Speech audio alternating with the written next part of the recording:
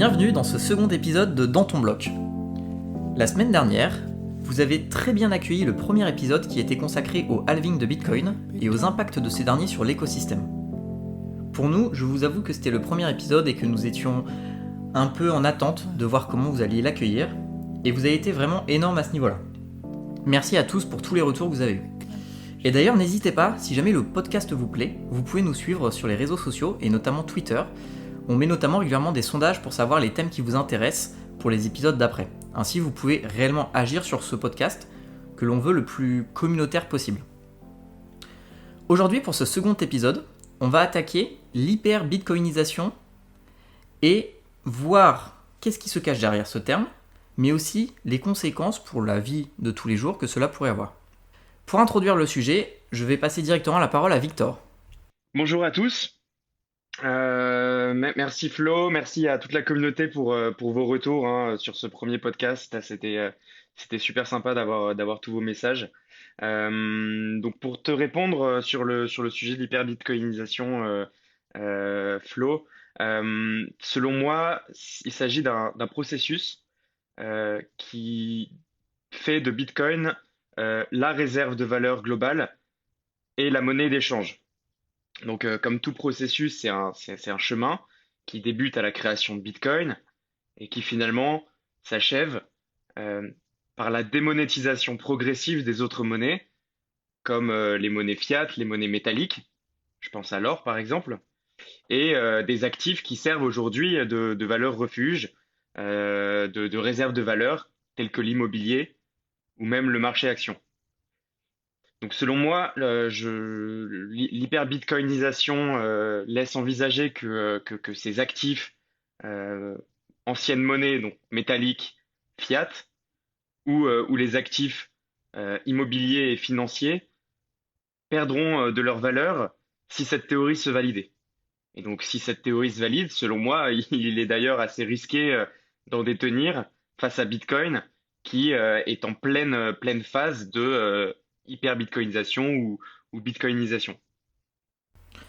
Ok, alors pour vraiment faire du coup du basique et que les gens se rendent bien compte de ce que c'est, quand on va parler d'hyper-bitcoinisation et le cadre dans lequel on va s'installer aujourd'hui et l'hypothèse que l'on va émettre aujourd'hui d'un monde où finalement Bitcoin serait la monnaie de référence, c'est un monde où on va acheter son pain en Bitcoin, c'est un monde où on est payé en Bitcoin, c'est un monde où vraiment Bitcoin remplace ou en tout cas a le même pouvoir, la même valeur que du dollar ou de l'euro.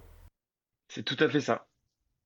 C'est tout à fait ça. C'est dire que Bitcoin remplace la monnaie fiat, qui est celle qu'on utilise aujourd'hui et qui a un cours légal, donc qui est imposé par les États, et pour devenir l'actif d'échange pour les individus et pour la société.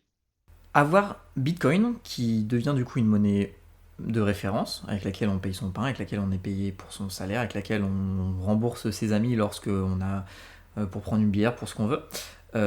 J'imagine que ça impose pas mal de changements au quotidien.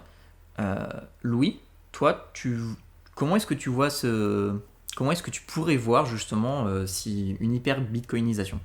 Alors moi, je vais me mettre peut-être un petit peu de maximaliste à dos, mais je pense que pour le moment, c'est une belle utopie, la bitcoinisation ou l'hyper-bitcoinisation, mais qu'on en est quand même très loin. Alors Bitcoin, pour un actif qui a 11 ans d'existence, a déjà totalement réussi son pari. C'est même un succès absolument incroyable. Pour si peu d'années, en être là aujourd'hui, c'est quelque chose d'assez phénoménal. Et je pense que même Satoshi Nakamoto et personne ne pouvait s'attendre à un tel succès. Par contre, je pense que Bitcoin, et c'est pas forcément un défaut, est un actif très jeune et donc qui est en pleine croissance, en pleine mutation et qui n'est pas du tout mature. Alors, pour moi, en fait, pour qu'il y ait une vraie bitcoinisation totale, il faudrait que Bitcoin règle certains de ses problèmes. Et moi, je vois 2-3 quand même problèmes à Bitcoin et qui empêchent aujourd'hui une bitcoinisation et qui rendent cette bitcoinisation utopique. Bah, pour moi, j'en ai vu 3. C'est qu'il est peu scalable. Donc, alors, qu'est-ce que ça veut dire être scalable? C'est la possibilité d'un réseau de se mettre à l'échelle. Ça veut dire que, imaginons pour un site internet, en fait, de pouvoir, par exemple, pendant les soldes, gérer 10 fois plus de visites. Donc c'est juste en fait que Bitcoin aujourd'hui a du mal à gérer beaucoup de transactions comme par exemple Visa ou Mastercard pour des cartes bleues. Donc il est peu scalable, il est trop volatile. Donc en fait j'ai du mal moi à voir comment un actif aussi volatile que Bitcoin aujourd'hui pourrait être adopté par le grand public. En fait je pense pas que ça soit possible à l'heure actuelle qu'on puisse convaincre le grand public de mettre ses économies dans un actif qui peut perdre 10%, qui peut certes gagner 20%, mais qui peut perdre 20% aussi en une semaine. Et le troisième point, je pense, qui empêche cette bitcoinisation, c'est qu'il est encore trop complexe et qu'il n'est pas du tout abordable à nouveau pour le grand public. Alors je ne sais pas ce que vous en pensez, mais donc ça va venir, hein, bien sûr, c'est des choses qui peuvent être améliorées éventuellement, mais pour moi, aujourd'hui, Bitcoin est juste un bébé en termes de système monétaire et on est très très très très loin de cette bitcoinisation. Ce que j'essaye de comprendre, d'un côté, tu dis que c'est quelque chose que tu ne vois pas arriver, et de l'autre, tu confirmes ce que je disais tout à l'heure sur le fait que la bitcoinisation, c'est un processus qui démarre à un moment et puis qui s'achève plus tard. Donc c'est un chemin en fait. Tu dis qu'il y a effectivement des problèmes qu'il faut résoudre, qui sont la scalabilité, la volatilité et puis la complexité pour le grand public. Mais exactement comme ce que je dis, oui, tout à fait, on est à un stade d'une certaine scalabilité, d'une certaine volatilité et d'une certaine complexité aujourd'hui pour Bitcoin. Mais moi, je pense qu'à terme, ces trois aspects, et puis il y en a d'autres qui, tu vois, qui freinent l'avancée de Bitcoin. Je pense qu'à terme, ces trois aspects vont évoluer. Bitcoin va trouver des moyens d'être plus scalable. On peut penser à l'invention du Lightning Network, de Liquid pour les transactions financières, des Bitcoin Banks qui peuvent servir pour faire le settlement international, par exemple, au même titre que ça a été le cas pour l'or à une époque.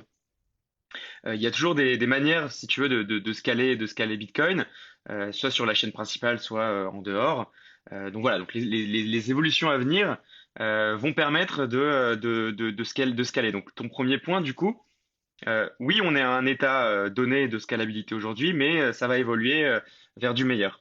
C'est un peu pareil pour la volatilité. La volatilité, elle est très forte quand un actif a peu de volume sur les plateformes d'échange, mais à mesure que du volume rentre, le prix devient de moins en moins volatile. Et d'ailleurs, certains indices de volatilité, enfin, l'indice de volatilité de Bitcoin décroît dans le temps. Et maintenant, effectivement, si on parle de bitcoinisation, c'est qu'on considère que le système dans lequel on vit fonctionne en Bitcoin. Donc, dans une société qui utilise le Bitcoin comme moyen d'échange, un Bitcoin est égal à un Bitcoin. Donc, il n'y a plus de volatilité. C'est la volatilité, effectivement, face au dollar. Mais donc, dans ce cas-là, on ne se situe pas dans un système bitcoinisé, tu vois. C'est un petit peu comme ça que j'aborde la question. C'est que soit on est dans un système bitcoinisé et dans ce cas-là, il n'y a pas de volatilité puisqu'on est en Bitcoin, soit on n'est pas encore dans la bitcoinisation et dans ce cas-là, si on parle en dollars, effectivement, la volatilité existe par rapport au dollar. Maintenant, pour la complexité, c'est comme beaucoup de systèmes informatiques, j'imagine que le commun des mortels n'a pas besoin de savoir comment fonctionne toute l'architecture derrière Bitcoin et que pareil, les fournisseurs de services basés sur Bitcoin vont évoluer pour apporter une expérience utilisateur qui soit complètement dénuée de techniques compliquées, quoi. Donc voilà, pour moi, c'est vraiment un process. Je dis pas qu'aujourd'hui, Bitcoin soit capable d'être utilisé par tout le monde dans la vie de tous les jours, mais en tout cas, sauf preuve du contraire, hein, et c'est là maintenant que ceux qui s'opposent à ce concept de bitcoinisation doivent apporter la preuve que ça va pas se passer. Juste moi, un point sur lequel j'aimerais revenir, et en fait qui me paraît le plus important, parce que pour moi la volatilité en effet c'est un faux débat dans le sens où il y a beaucoup de choses qui vont arriver avec le temps, c'est-à-dire le fait qu'il y ait une masse monétaire plus importante, et puis même si on parle de bitcoinisation totale, il n'y a plus de volatilité, puisque du coup ce serait entre guillemets plus le dollar qui serait volatile par rapport au bitcoin, que le bitcoin par rapport au dollar. Mais par contre, un point très important qui a été soulevé pour moi, c'est tout ce qui est l'expérience utilisateur, la complexité de tout ce système-là. En effet, lorsqu'on utilise Internet, on n'a pas besoin de connaître le protocole IP, on n'a pas besoin de savoir comment marche TCP, on ne se pose pas cette question-là. Mais par contre, l'utilisateur, quand il va utiliser Google, quand il veut chercher un site Internet, il sait comment le faire, c'est simple et c'est intuitif pour lui. Et aujourd'hui, pour moi, ça c'est quelque chose qui manque cruellement à Bitcoin, c'est que les choses ne sont pas intuitives, ou en tout cas je ne les trouve pas intuitives personnellement. Et pourtant, je pense pas être celui qui a le moins d'affinité avec tout ce qui est informatique et tout ça. Aujourd'hui, je vois très mal, je prends tout le temps cet exemple-là, mais ma grand-mère utiliser un wallet Bitcoin, backuper sa passe-phrase, ne pas avoir peur de la perdre surtout, euh, devoir taper une adresse pour pouvoir envoyer des fonds, enfin, tout ça, c'est des choses qui font que ça ralentit encore pour moi la bitcoinisation, et qui est aujourd'hui le premier des problèmes à régler. Et d'ailleurs, ce qui est intéressant, enfin en tout cas moi ce que je trouve intéressant, c'est que on voit beaucoup de démarches qui vont dans ce sens. Je pense notamment du coup à Jack, le CEO de Twitter, avec Square, qui justement essaye de faire beaucoup de choses pour l'écosystème, mais beaucoup de choses dans le sens de l'UX. C'est vraiment par ce biais-là qu'il essaye de faire démocratiser plutôt Bitcoin. Et pour moi, c'est vraiment le point qui ralentit, entre guillemets, une adoption en termes d'utilité pure de Bitcoin. Moi, j'ai peur que en fait, sur Bitcoin,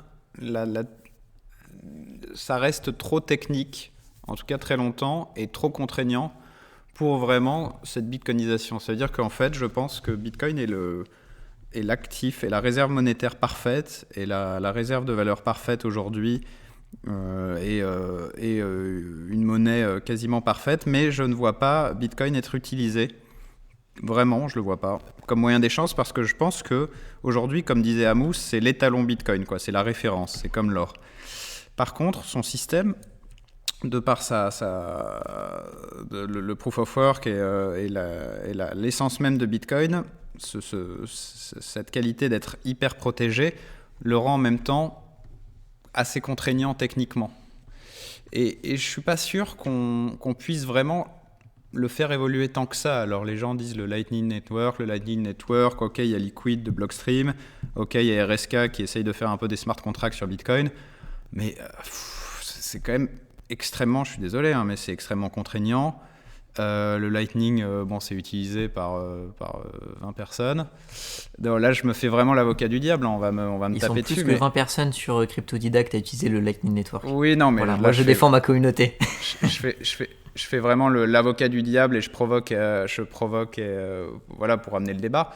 Mais j'ai peur que Bitcoin, par son système qui est génial, le proof of work, et justement ces petits blocs qui font qu'en fait il est décentralisé et indestructible.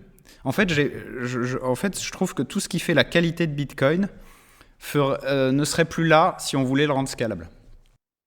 En fait, il y a un truc qui est intéressant. Tu parlais de Lightning Network, et c'est vrai que récemment j'ai vu une stat qui montre que le Lightning Network stagne depuis des mois, que le nombre de canaux ouverts n'a pas augmenté, ça reste très constant. Mais en fait, je me suis posé la question, est-ce que j'ai vraiment une raison, moi, d'utiliser le Lightning Network aujourd'hui? Finalement, les frais de transaction par rapport à ce que je veux faire de Bitcoin sont somme toute très faibles pour moi aujourd'hui. Donc, pourquoi utiliser le Lightning Network maintenant? Sauf qu'en décembre 2017, si le Lightning Network avait été aussi développé qu'il l'est aujourd'hui, eh ben, il y a de fortes chances que j'utilise à ce moment-là. Moi, ce que je pense, c'est que le Lightning Network aujourd'hui n'a pas grand intérêt pour qui que ce soit, parce que les frais de transaction sur le Bitcoin Base Layer sont encore suffisamment faibles pour qu'on l'utilise, et qu'à la prochaine montée, les développements vont continuer, et les holders des précédentes vagues vont commencer à l'utiliser. Mais en fait, ça sert à rien d'utiliser une solution qui répond à un problème qui n'existe pas aujourd'hui, tu vois. La blockchain Bitcoin fait bien le taf, et quand tu vois les sommes échangées de plusieurs centaines de milliards de dollars pour millions de dollars pour quelques dollars en frais de transaction, c'est assez impressionnant.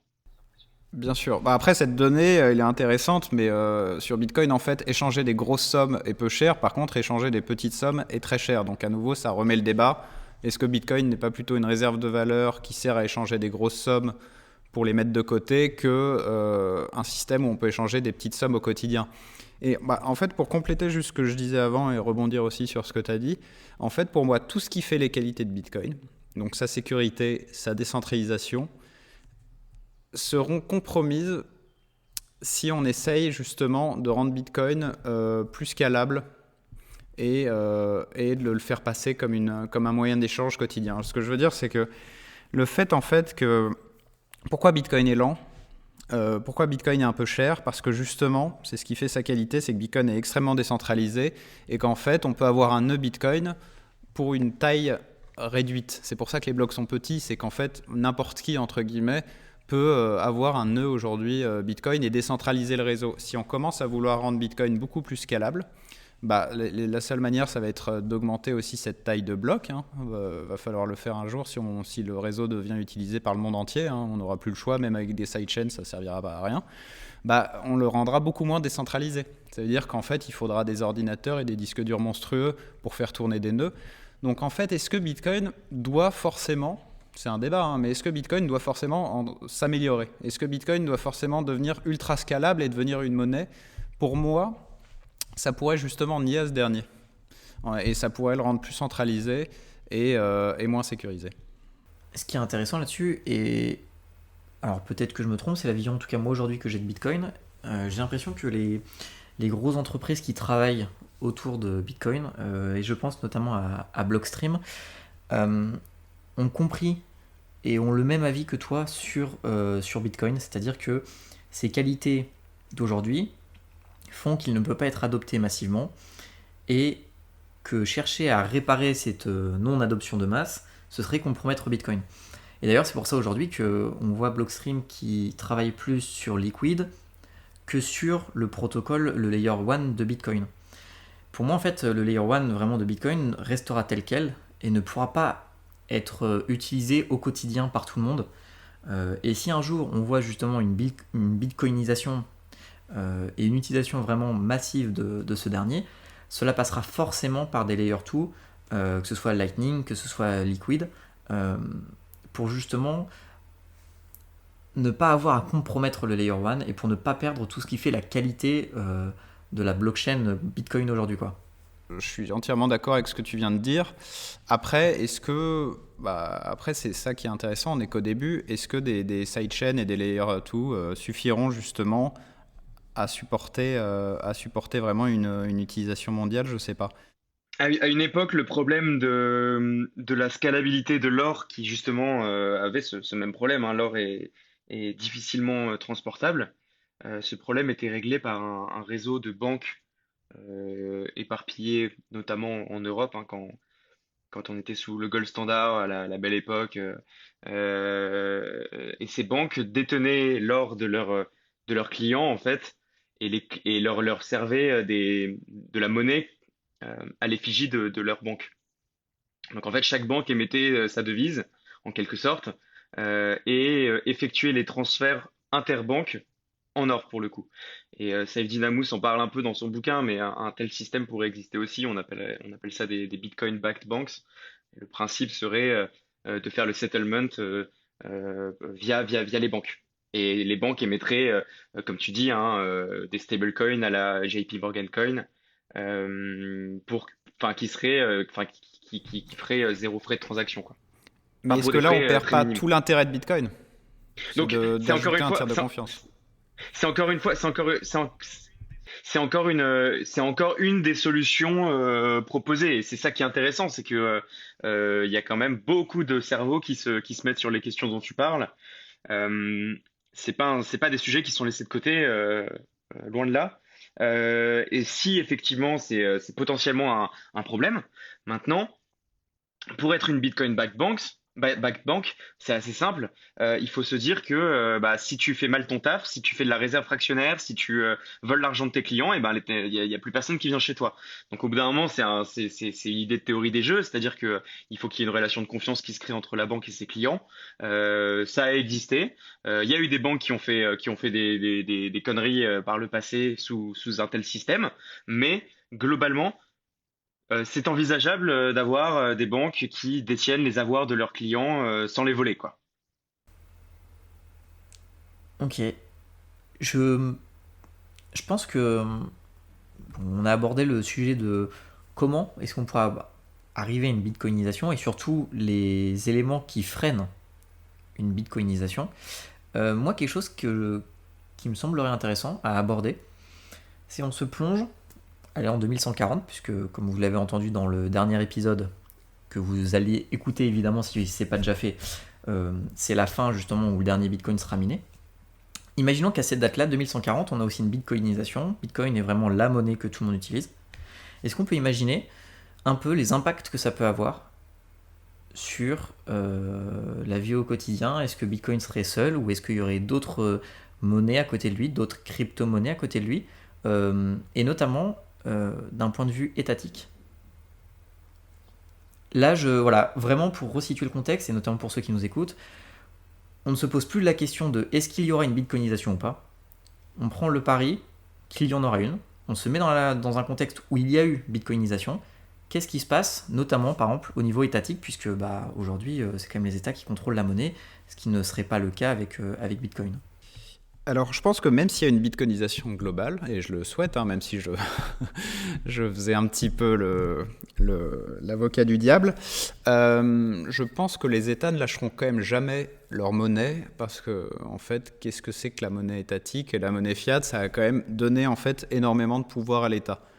Et c'est ce qu'on critique aujourd'hui, cette dérive monétaire qui est en fait, de prendre l'argent un peu des mains du peuple et de leur avoir ôté tout ce qui était pièces, étalons or, et d'avoir créé des monnaies fiat où en fait l'argent est à présent décrété par l'État. C'est que ça donne quand même énormément de pouvoir à l'État sur la gestion de l'économie, sur l'émission de dette, et donc ça leur donne techniquement une planche à billets infinie pour faire ce qu'ils veulent. Donc même s'il y a une hyper-bitcoinisation et si Bitcoin devient utilisé par la majorité des citoyens du monde, je pense, ça m'étonnerait franchement que les États lâchent totalement leur monnaie. Je pense qu'il y aura peut-être des crypto-monnaies étatiques comme on commence à l'entendre dire, mais je ne pense pas qu'il y aura que Bitcoin. Ça m'étonnerait que Bitcoin évolue seul. Et à nouveau, moi, je verrais bien Bitcoin comme un petit peu réserve de valeur, mais que le commun des mortels utilise toujours des monnaies étatiques. Euh, En ce qui me concerne, déjà pour revenir un petit peu en arrière sur ta question, Flo, quelle est l'implication de l'hyperbitcoinisation pour la société? Là, pour moi, la monnaie est la colonne vertébrale en fait de la civilisation. C'est ce qui permet aux individus d'échanger leurs biens, les biens et les services qu'ils produisent, et qui permet à la société de devenir scalable en fait. Donc c'est super important et ça a énormément d'implications pour une société. Ça a des implications qui sont sociales, qui sont politiques, économiques, ça peut même être environnemental. Euh, Par rapport à l'aspect politique, effectivement, aujourd'hui on a une société qui est ultra politisée. C'est un truc de dingue comment les États et les institutions publiques prennent de plus en plus de place dans la vie des gens. Et d'ailleurs, on le remarque aujourd'hui avec la crise du Covid-19 où l'État devient euh, paternel, te dit quoi faire. Et surtout, la création monétaire leur permet aujourd'hui de financer leur activité clairement sans limite, mais surtout sans avoir à rendre de compte. Et pour moi, ça a quelques conséquences, hein, parmi tout un tas de conséquences que l'État a sur notre vie. Mais la création monétaire appauvrit la population silencieusement. Et en plus de ça, l'État dilapide clairement la richesse qui est créée, la richesse publique, pour des initiatives qui sont souvent douteuses. Moi, je pense par exemple aux subventions pour l'art ou aussi en matière d'écologie, où on nous parle sans arrêt de transition écologique depuis des années et on voit pas grand-chose de très efficace, notamment par rapport au nucléaire enfin voilà, donc c'est des projets qui sont financés. L'État donne du fric, mais contrairement à un entrepreneur, il n'a pas à rendre de compte. Donc, il le dépense un peu n'importe comment et ce faisant, il nous appauvrit un peu tous.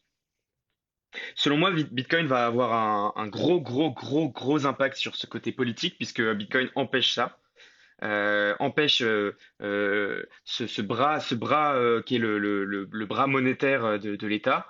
Donc ça réduit énormément le pouvoir de l'État. Bitcoin réduit le pouvoir de l'État puisque l'État ne peut plus se financer enfin, ne peut plus se financer par la création monétaire.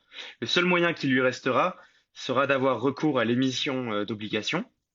Et quand tu émets des obligations, eh ben, il faut que quelqu'un te les achète. Et donc, pour que quelqu'un te les achète, il faut que ton obligation, ce soit pour des projets un peu crédibles et qui font des retours. Donc, moi, je pense que l'État, du coup, pour se financer à l'avenir, devra proposer des projets qui sont vraiment bénéfiques à la société pour qu'en face, les populations acceptent d'acheter leurs obligations. Et donc, moi, je pense qu'à terme, Bitcoin, au niveau politique, va profondément changer la structure de l'État et son rôle. Euh, le rendre sûrement beaucoup plus décentralisé, beaucoup plus à l'écoute des populations, beaucoup moins important en taille et beaucoup moins interféré dans la vie des gens. Très bien. Donc ça, c'est pour le point de vue politique. Est-ce que vous voyez d'autres changements dans le quotidien d'un citoyen, d'une bitcoinisation? Moi, je pense notamment à un changement. Alors, c'est un truc bateau à côté des gouvernements, mais genre des petits changements comme le fait que, par exemple, le salaire ne nous soit plus versé au mois, mais soit versé comme on peut avoir aux États-Unis, par exemple, à la semaine, ou même comme on peut avoir dans le temps, à la journée, à l'heure. Le fait que du coup on soit sur un système avec moi dans la bitcoinisation j'entends aujourd'hui c'est la seule solution que je vois en tout cas qu'on ait des layer 2 pour tout ce qui est scalabilité et tout ça, mais que du coup ce soit possible d'avoir des microtransactions et qu'on soit payé vraiment, qu'on retrouve un travail à la tâche entre guillemets, non pas un travail qui est mensualisé avec un salaire qui tombe beaucoup plus régulièrement. Est-ce que vous voyez d'autres impacts que pourrait avoir comme ça une bitcoinisation dans le monde? Pour moi, l'impact majeur, s'il y a vraiment une bitcoinisation, ça sera tout de même la fin de l'inflation, parce que c'est quand même le mot qui ronge économiquement nos sociétés depuis un siècle, depuis la Première Guerre mondiale. C'est quand même l'hyperinflation, justement due à ces monnaies étatiques et cette émission de monnaie, parce que plus on crée de monnaie, plus il y a de l'inflation. Quand on voit le pouvoir d'achat et à combien représentait un dollar il y a 50, 60, 70 ans et combien il représente aujourd'hui, c'est délirant. Quand en 1934, il y a le Gold Reserve Act aux États-Unis et que les États-Unis interdisent les Américains d'avoir de l'or et qu'ils rachètent cet or aux Américains, ils rachètent $20 l'once. 20 $ et quelques, je ne sais plus combien exactement. Aujourd'hui, ça vaut $1 600 l'once. Ça veut dire que de 1934 à 2020, les Américains, en tout cas, si vous êtes Américain et que vos grands-parents ou vos arrière-grands-parents ont été forcés de vendre leur or, ils ont perdu 95 ou plus de 95% de leur valeur. Donc ça veut dire qu'entre générations, il y a quand même un problème où en fait les gens sont de moins en moins riches. Il y a de plus en plus d'inflation, tout est de plus en plus cher et ça ne se retrouve pas forcément dans le train de vie, dans les salaires, dans tout ça. Et on voit que les gens perdent petit à petit du pouvoir d'achat dû à ces politiques monétaires qui sont devenues totalement folles. Donc pour moi, c'est ça le vrai changement aussi de la bitcoinisation. C'est la fin de cette inflation, la fin de cette hyperinflation, la lutte contre ces cas d'hyperinflation comme il y a eu au Venezuela, comme il y a en ce moment au Liban et comme on a vu ça un petit peu partout dans le XXe siècle. Il y avait une étude très bien de 2 Américains, j'ai oublié leur nom. Il y a eu 57 cas d'hyperinflation dans l'histoire. Donc 57 dans toute l'histoire de la monnaie, donc depuis 3000 ans. Et sur ces 57, c'est 56 sur 57, c'est depuis en fait la Première Guerre mondiale et le début de la fin de l'étalon or. Donc c'est quand même dingue. C'était quoi l'autre? C'était pas la Mississippi Company de John Law, Je sais le pas premier cas d'hyperinflation? je sais pas lequel est le 50e et le seul avant la fin de l'étalon et la dérive monétaire, mais en fait c'est quand même dingue de se dire que voilà, on est dans une dérive monétaire totale, que ça veut plus rien dire. Et pour moi, voilà, c'est la grande solution qu'apporte Bitcoin et le principal bienfait de Bitcoin, c'est de lutter contre ça, quoi. C'est de redonner redonner le pouvoir de l'argent dans les mains du peuple et de lutter contre ces politiques désastreuses monétaires. Et pour moi, Bien sûr. l'hyper-bitcoinisation, c'est ça, quoi. C'est en fait, les gens reprennent le contrôle de leur argent et ils n'ont plus à se soucier de ce qu'en font les banques centrales et de se dire que Bien sûr. leurs enfants ou leurs petits-enfants, ils auront encore moins d'argent qu'eux et ça va aller en empirant, tu vois, avec les années. Oui, donc cet aspect de l'inflation qui est coupé net, bah, c'est effectivement dans la suite de ce que je disais tout à l'heure par rapport au bras monétaire de l'État. Il y a un truc aussi qui est intéressant par rapport à ça, c'est le côté lié à l'investissement. Aujourd'hui, et ça va rejoindre, tu vas voir, ça va rejoindre ce que je disais tout à l'heure quand j'essayais de définir ce que c'était que l'hyperbitcoinisation. Du côté de l'investissement, on va se retrouver avec un actif qu'il est préférable de détenir parce que sa valeur augmente dans le temps par rapport aux autres actifs. Et c'est un petit peu ce que je disais tout à l'heure quand je disais que l'hyperbitcoinisation, pour moi, c'est la démonétisation progressive des autres monnaies et des actifs qui servent aujourd'hui de refuge, comme l'immobilier ou les actions. Aujourd'hui, effectivement, à chaque fois qu'il y a une création monétaire, de l'inflation, et on le remarque en ce moment d'ailleurs pendant la crise du Covid, l'argent qui est créé est injecté sous la forme enfin, il y a plusieurs manières pour la Banque centrale de créer de la monnaie. Aujourd'hui, il se trouve que c'est par le rachat de papiers commerciaux, d'obligations, donc de titres de dette finalement. Et en fait, les entreprises, du coup, enfin, on a vu ce scandale des dernières années où les entreprises en fait empruntent de moins en moins cher, en fait, ont la capacité d'emprunter très peu cher, et il est arrivé que certaines entreprises rachètent leurs actions. Et en faisant ça, les actions prennent de la valeur et leur prix augmente. Et on comprend qu'en fait, l'inflation, la création monétaire des banques centrales, elle finit dans les actions. Mais elle finit aussi dans l'immobilier. On le voit à Paris, on le voit à Bordeaux, à New York, à Londres, enfin partout. L'immobilier augmente alors que la population, bon, elle augmente, mais pas autant. Et en fait, l'immobilier est devenu aussi une réserve de valeur pour mettre cet argent nouvellement créé, parce que détenir de la monnaie fiat aujourd'hui, c'est se brûler les mains, quoi. C'est quelque chose qu'il faut absolument pas détenir. Et Bitcoin, en fait, c'est quelque chose, par sa caractéristique déflationniste, ou désinflationniste, fait que le conserver, c'est bon pour l'avenir en fait. Ça te remet dans le chemin de l'avenir en fait. Tu peux penser plus à l'avenir grâce à Bitcoin parce que tu sais que ton Bitcoin va s'apprécier. Et tu vas tout faire aussi pour conserver tes Bitcoins. Et donc, un, moins dépenser. Donc tu fais attention dans quoi tu dépenses ton argent. Et deux, mieux investir. Pour un individu, ça signifie à terme avoir une meilleure économie. Une économie qui, en fait, est plus saine, puisque tout le monde investit de manière plus considérée, plus raisonnable. On se retrouve plus avec des projets bullshit. On se retrouve plus non plus, comme je te le disais tout à l'heure, avec des banques centrales qui financent bêtement Air France des milliards, alors que selon moi, Air France ou Boeing devraient aujourd'hui se casser la gueule et être rachetés par un actionnaire, par un entrepreneur pour une bouchée de pain qui remonterait l'entreprise. C'est comme ça que ça devrait marcher dans un système normal finalement. Et je pense que Bitcoin vient replacer l'investissement comme quelque chose de risqué, mais que tu ne fais vraiment qu'après avoir soupesé le pour et le contre.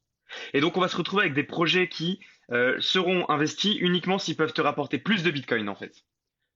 Tu vois? Et plus, comme c'est le cas aujourd'hui avec des banques centrales qui s'en foutent complètement, donnent du fric en veux-tu en voilà de manière très arbitraire et plus t'es gros, plus t'as du fric, alors qu'on le sait très bien, les très grandes entreprises sont très peu agiles et tout ça ne fait que enrichir les grandes entreprises et leurs actionnaires, alors que une société selon moi, hyper bitcoinisée, ce serait des entreprises de moins grande taille, plus petites, plus agiles et innovantes et financé par des investisseurs qui clairement en veulent, tu vois, et qui ont des bitcoins, tu vois, qui ont du vrai argent. Je ne sais pas si c'est... Si, c'est intéressant ce que tu dis. Si je peux juste rebondir là-dessus, c'est que, Bien sûr. en fait, je trouve que ouais, c'est un des problèmes de notre société, de notre temps, qu'aujourd'hui on est dans une surconsommation permanente, que ce soit au niveau individuel, ou société, ou des États. En fait, cette création de dette totalement irraisonnée qui a été permise justement par à la fin de l'étalon or, ça fait que tout le monde s'endette. Les États s'endettent, les banques centrales s'endettent, les banques s'endettent, donc les gens s'endettent. Aujourd'hui, on peut acheter une télé sur 20 mois, on ne la sent pas passer. Et je trouve qu'on va petit à petit vers justement, tout le monde achète, tout le monde consomme beaucoup plus qu'avant, en n'ayant pas plus d'argent qu'avant, parce qu'en fait, on a ces outils financiers toxiques qui nous permettent de nous endetter. En fait, aujourd'hui, on pousse les gens à consommer, acheter un frigo en 25 fois, acheter une voiture sur 10 ans, parce qu'en fait, on lui donne l'impression que ça lui coûte pas cher par mois. Mais en fait, on se rend compte, on tend peu à peu vers le système américain où les ménages sont endettés à plus de 100%, et ça va arriver en France, qu'il y a une dérive en fait là-dessus. Et justement, si on est sur une bitcoinisation, il n'y a plus de planche à billets, il y a plus puisqu'il n'y a plus d'endettement de masse, il y a moins d'inflation, mais donc en fait, les gens peuvent plus faire n'importe quoi avec l'argent. En fait, c'est ça, c'est un peu ce que tu dis, mais c'est les gens aujourd'hui, on fait n'importe quoi avec l'argent parce qu'on peut. Parce qu'on peut créer de l'argent indéfiniment, donc ça ne veut plus dire grand-chose. Et c'est ça que ça peut être le bienfait de cette bitcoinisation, c'est de dire, on ne peut plus s'endetter en fait, il faut arrêter, la dette c'est fini, les gens ne peuvent plus se dire, je peux faire n'importe quoi parce que dans tous les cas, Voilà. je serai sauvé par quelqu'un. Il faudra épargner pour pouvoir utiliser, pour pouvoir acheter quelque chose, quoi, aussi simple que ça. Et clairement, une banque te prêtera pas de l'argent pour acheter une bagnole parce que ce sera pas raisonnable, quoi. Donc, je pense que sociétalement, il va y avoir vraiment un changement de préférence temporelle dans la manière de penser, en se disant, voilà, je préfère épargner parce que je sais que ça vaudra un peu plus de ce que je veux acheter demain qu'aujourd'hui, quoi. Ouais, ce que vous expliquez du coup, c'est que c'est la fin de ce monde de dette où, en effet, comme tu l'écris très bien, Louis, je veux acheter une télé, mais j'ai pas l'argent, et c'est pas grave, je vais acheter ma télé au magasin et je vais juste faire je vais juste lisser mon achat sur 20 mois. Et puis comme ça, le mois d'après, c'est pareil, si c'est pas la télé, c'est la machine à laver que j'ai envie d'acheter, et ainsi de suite, et je m'endette. Dans un monde bitcoinisé, ceci n'est plus possible. C'est ce qu'on disait juste avant. Est-ce que du coup, et c'est vraiment une question ouverte, c'est un gain ou pas en termes de niveau de vie? Est-ce que les gens ont envie de quitter ce monde-là? Est-ce que la transition ne serait pas dure et compliquée pour les gens qui ont été habitués à marcher avec la dette, à avoir ce système-là qui leur permet d'acheter même au moment où ils n'ont pas l'argent?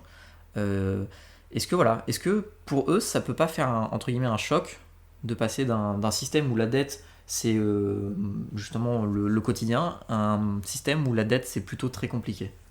Le crédit continuera à exister de toute manière. Maintenant, ce sera, enfin, Mais dans des proportions moindres. voilà, c'est ça. Mais je pense que, et même si ça peut déranger un peu les gens, à un moment, il faut qu'on arrête ce système. Donc, comme toute révolution, évidemment, ça passe par aussi des désagréments, et il faut se réhabituer à un nouveau paradigme, abandonner certains avantages pour en avoir d'autres. Et je pense que de toute façon, si on fait pas ça, on va dans le mur, parce que là, en fait, cette hyperconsommation déraisonnée, ça détruit l'économie, ça détruit la planète. On consomme 100 fois plus qu'avant, n'importe comment, que ce soit au niveau alimentaire, en termes de vêtements, etc. Et c'est dû à ce système aussi. Donc à un moment, il va bien falloir changer. Si on se dit, ah non, on veut nos petits avantages, notre petit confort de pouvoir acheter une voiture de sport en leasing alors qu'on gagne pas du tout assez pour se la payer, ok, c'est cool. Mais c'est extrêmement mauvais pour tout le monde, et c'est extrêmement mauvais même pour la personne qui le fait, parce que jusqu'ici, entre guillemets, tout va bien. Mais le jour où il y a une vraie crise, on l'a vu aux États-Unis en 2008, où tous les Américains surendettés dans l'immobilier qui achetaient 50 T2 alors ils avaient un salaire de $2000 par mois, ils se sont retrouvés à la rue totale, et il y a eu je ne sais plus combien de millions de personnes qui ont dormi dans des voitures pendant 1 an ou 2. Donc à un moment, il va bien falloir totalement changer ce système. Et je pense que justement, Bitcoin et cette hyper-bitcoinisation, où on arrête ces dérives, peut le changer évidemment. Comme tu dis, on va devoir passer par peut-être abandonner une certaine façon de consommer qu'on a aujourd'hui, mais en fait qui est très récente. Cette façon de s'endetter, nos parents s'endettaient pas comme ça, hein. Nos parents, nos grands-parents, ils s'endettaient pas. Je veux dire, il y a 50 ans, les gens, ils allaient Ils économisaient et puis ils économisaient, s'ils arrivaient dans un magasin pour s'acheter une télé et qu'ils disaient au vendeur, ouais, je vous paye en 10 fois, ils se faisaient virer, quoi. Donc, je pense qu'il faut revenir à un système de consommation beaucoup plus raisonnable et que ça sera mieux à tous les points de vue. moi, je pense que ça va se faire beaucoup naturellement, hein, cette idée-là, hein. C'est vraiment le fait que je pense que les gens vont vite se rendre compte que leur monnaie s'apprécie et que ils ont un choix à faire. Soit tu achètes une télé maintenant et puis tu satisfais un désir court terme, soit tu utilises cet argent pour créer un moyen de production quelconque, je sais pas, investir dans toi ou dans un projet ou voilà, pour obtenir plus de Bitcoin à long terme. La manière de penser va être vraiment, tu vois, c'est du capitalisme pur pour le coup. Et d'ailleurs, un truc intéressant aussi, c'est ça aussi j'y pensais, mais clairement la première, tu vois, je pense qu'il va y avoir une nouvelle classe de riches en fait, enfin une nouvelle classe de de gens qui se sont enrichis avec le Bitcoin et qui ont peut-être un naturel plus curieux et anti, tu vois, un peu rebelle, anti-État, dans une, tu vois, dans une plus ou moins grande mesure, ça aussi, ça aura un gros impact, je pense, pour l'économie, la société, la manière d'apprécier l'entrepreneuriat, des choses comme ça. Et ces gens-là auront, tu vois, de la richesse, du pouvoir d'achat, ils vont pouvoir driver la société, donc ils auront un vrai impact, en fait, économique, tu vois. On va arriver tout doucement vers la fin de ce podcast, de cet épisode. Juste comme ça, en 2 mots, c'est juste pur pronostic pour le plaisir.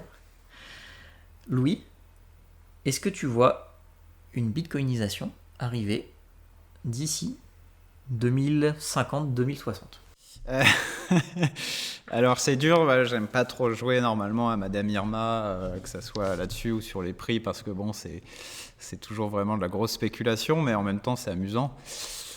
Moi, à nouveau, je pense vraiment que, parce que je suis pas totalement maximaliste, je pense vraiment que Bitcoin va devenir la réserve de valeur, le gold, le Bitcoin standard, que ça va être la référence et qui va être évidemment la réserve de valeur et l'actif le plus important du monde d'ici quelques années. Mais je pense qu'on va assister à des solutions alternatives, peut-être qui seront sur Bitcoin, hein, grâce à des sidechains ou des smart contracts ou des choses, ou des surcouches ou d'autres projets qui permettront en fait d'échanger et d'utiliser de la crypto-monnaie au quotidien d'une façon plus simple. Je pense qu'en fait que Bitcoin doit rester comme ça parce qu'il est parfait, entre guillemets, et que en fait vouloir trop le changer serait dangereux pour Bitcoin. Ça serait dangereux en termes de sécurité, ça serait dangereux en termes de centralisation. Donc je préfère que Bitcoin reste comme ça, qu'il reste entre guillemets imparfait, et qu'on ait d'autres solutions qui se créent avec les années à venir, d'autres crypto-monnaies, d'autres consensus, d'autres avancées technologiques, parce qu'il ne faut pas oublier qu'on est au tout début. C'est ça qui me gêne aussi un petit peu avec cette pensée maximaliste, qui est de dire ouais, il n'y a que Bitcoin, c'est parfait, Bitcoin peut tout faire. Dans les années 90 où on avait Internet Explorer, on ne se disait pas qu'Internet Explorer pouvait tout faire. Bon bref, je pense que Bitcoin sera toujours là, mais qu'on aura des solutions autres et que ça sera très bien comme ça. Voilà. Mais je ne crois pas à cette hégémonie de Bitcoin, en tout cas en tant que moyen d'échange. Je la crois en tant que réserve de valeur, mais je ne la crois pas en tant que moyen d'échange. Alors en ce qui me concerne, donc pour 2050 ou 2060, moi j'ai pas vraiment de date à donner. Maintenant, je peux dire qu'il y a des indicateurs qui démontrent qu'aujourd'hui l'hyper-bitcoinisation se produit. Comme je disais, c'est un process qui a démarré à l'inception, à l'origine de Bitcoin. et qui s'arrêtera quand ce sera fait. Donc pour moi, c'est un chemin. Et on peut constater certains indicateurs comme le prix déjà. Le Bitcoin est passé progressivement de 0 à 10 000 dollars aujourd'hui, d'ailleurs, en 10 ans, pour une capitalisation qui aujourd'hui est aux alentours des 180 milliards de dollars. C'est encore peu face à l'or, mais en 10 ans, c'est quand même énorme pour un actif que beaucoup dénigrent. Et ça tient, hein, année après année. Donc il faut simplement constater le pouvoir d'achat que permet le Bitcoin depuis tout ce temps, hein, le panier moyen et qui augmente tout le temps. On constate aussi que le concept de refuge se valide dans les pays, tu sais, dont on parlait tout à l'heure, à fort niveau d'inflation comme le Venezuela ou l'Argentine. On constate aussi une hostilité des banques centrales et des États qui ont compris que le modèle de Bitcoin ne les inclut pas. Voilà, moi je pense que la bitcoinisation, elle est à un stade donné, à un certain stade, qui se reflète par son prix, et que bah, pour le moment, sauf preuve du contraire, c'est pas prêt de s'arrêter. Et moi je pense que les années à venir vont être intéressantes du côté de l'investissement, où on va assister petit à petit à la démonétisation de certains actifs dont je parlais tout à l'heure, bah, qui sont forcément les monnaies hein, qui se cassent la gueule d'elles-mêmes par leur création par les banques centrales, par l'inflation. L'or qui, à mon avis, va très vite perdre aussi sa valeur monétaire parce que pour toutes les raisons qu'on connaît.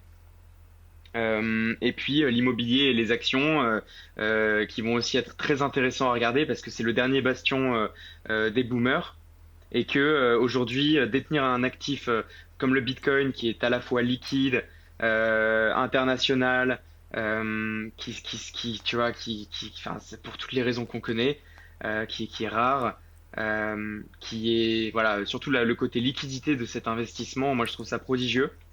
Et je pense que ça va devenir un bien meilleur investissement que l'immobilier et que les actions et que tout ça va se casser la gueule dans les prochaines années. Si je dois faire un petit peu de prospective. Ok, ok. Moi, je suis un peu partagé personnellement, dans le sens où je pense hein, que Bitcoin va s'imposer dans les années à venir, là-dessus il n'y a aucun doute. Je pense que de toute manière, si l'un de nous trois avait un gros doute sur l'avenir de Bitcoin, on ne serait pas là aujourd'hui en train de faire un podcast sur cet écosystème. Après 2050-2060, ça vient quand même rapidement pour moi. Et je pense pas qu'on aura le temps de voir des grosses transitions, notamment au niveau étatique ou choses comme ça, qui vont justement qui vont tout préparer pour pouvoir limiter leur perte de pouvoir, que ce soit des crypto-monnaies étatiques, enfin des choses comme ça. Donc je pense que vraiment, ouais, Bitcoin sera une réserve de valeur, voire encore un investissement spéculatif à ce moment-là. Je suis pas sûr qu'il aura atteint encore sa pleine maturité au niveau de la volatilité, au niveau des prix et tout ça. Et je pense aussi que s'il y a bien une utilité qui se développera peut-être dans le temps, et du coup vers ces années-là, ce sera l'utilité notamment pour des entreprises, ou vraiment pour faire des gros échanges à l'international, où on n'a plus envie de passer par des banques qui prennent des frais faramineux, où on n'a plus envie de... Voilà. Donc je pense que ce sera les premières utilités qu'on verra. Après de là à dire qu'on a une hyper bitcoinisation en 2050, non je le pense pas. Mais je pense en effet que voilà, Bitcoin continuera à faire son petit chemin, continuera à convaincre de plus en plus de personnes. Et surtout, ce qui sera intéressant, ce sera de voir comment les États auront réagi, parce qu'à ce moment-là, forcément, ils auront commencé à sortir des choses pour les États et les banques d'ailleurs, hein, pour répondre à tout cela.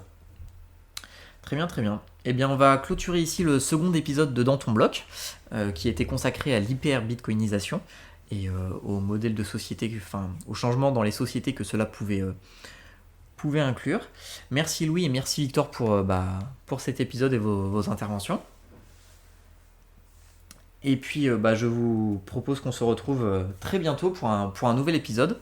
D'ailleurs je le répète, je l'ai déjà dit en introduction mais je le répète, n'hésitez vraiment pas à venir nous suivre sur Twitter, donc dans ton bloc, à suivre le compte pour déjà être au courant de quand des épisodes sortent, mais surtout pour pouvoir participer, proposer des thèmes, voter pour les thèmes, afin d'être sûr que le prochain épisode vous plaise. Et si vous voulez nous soutenir, quelque chose qui vraiment aide beaucoup, c'est de mettre des commentaires, mettre des likes, vous abonner sur la plateforme sur laquelle vous êtes en train d'écouter ce podcast. Vraiment, c'est quelque chose qui est très important pour nous, ça nous permet d'être plus mis en valeur sur la plateforme et donc d'avoir plus de gens qui nous écoutent. Et donc c'est vraiment important pour l'évolution de ce podcast-là. Merci à tous